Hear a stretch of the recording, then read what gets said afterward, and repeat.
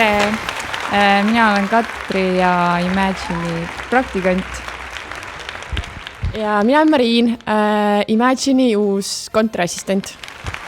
Ühesõnaga, me siis küsime üksteiselt küsimusi ja mul on sulle esimeseks küsimuseks.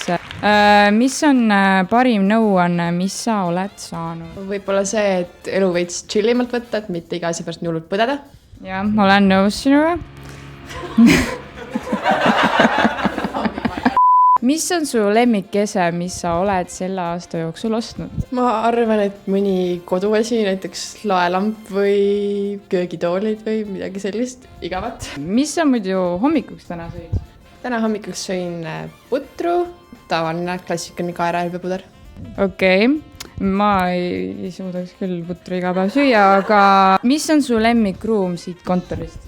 Ma arvan, et see sama õhupallidega ruum on päris vahva.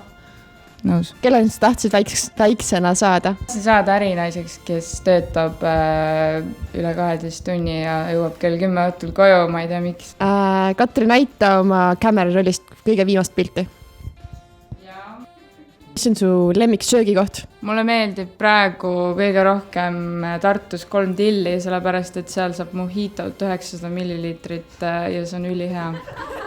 Katri, söögikoht, mitte joogikoht. Ta tahab süüa ka pitsat. Millist Netflixi sarja soovitad vaadata?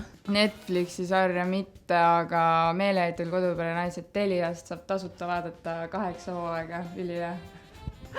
Aga mul on kõik vaadatud. Nii, tänan, et vaatasite meie saadet ja näeme järgmist korrad. Katri, kas sul on midagi lisada? Ma tahaks osata spagaati.